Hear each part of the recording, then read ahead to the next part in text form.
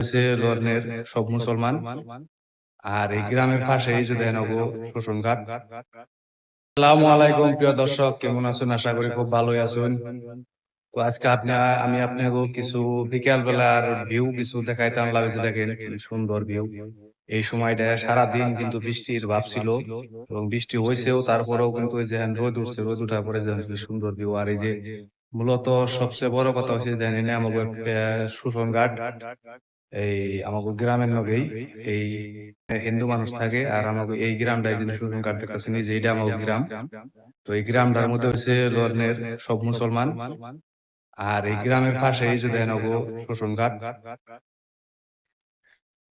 তো আমরা বেশি সময় তার মানে গরমের টাইমে এই জায়গায় মানে আড্ডা মারি।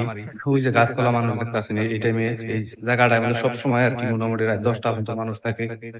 হয়তো আর কিছুদিন পরে এই জায়গাটায় বই না ক্যাপাসিটিতে থাকবো না, কারণ এই যে ওয়াল দেখতেছেন যে এই তাহলে ওয়াল দিব, ওর আগেই ওয়াল দিয়ে গ্রিল দিয়ে আটকে দেবো। আটকে দিলে ওরা হয়তো ওই জায়গাটায় আমরা আর ঢুকতে পারবো না, ওই জায়গায় আমরা বইও পারবো না।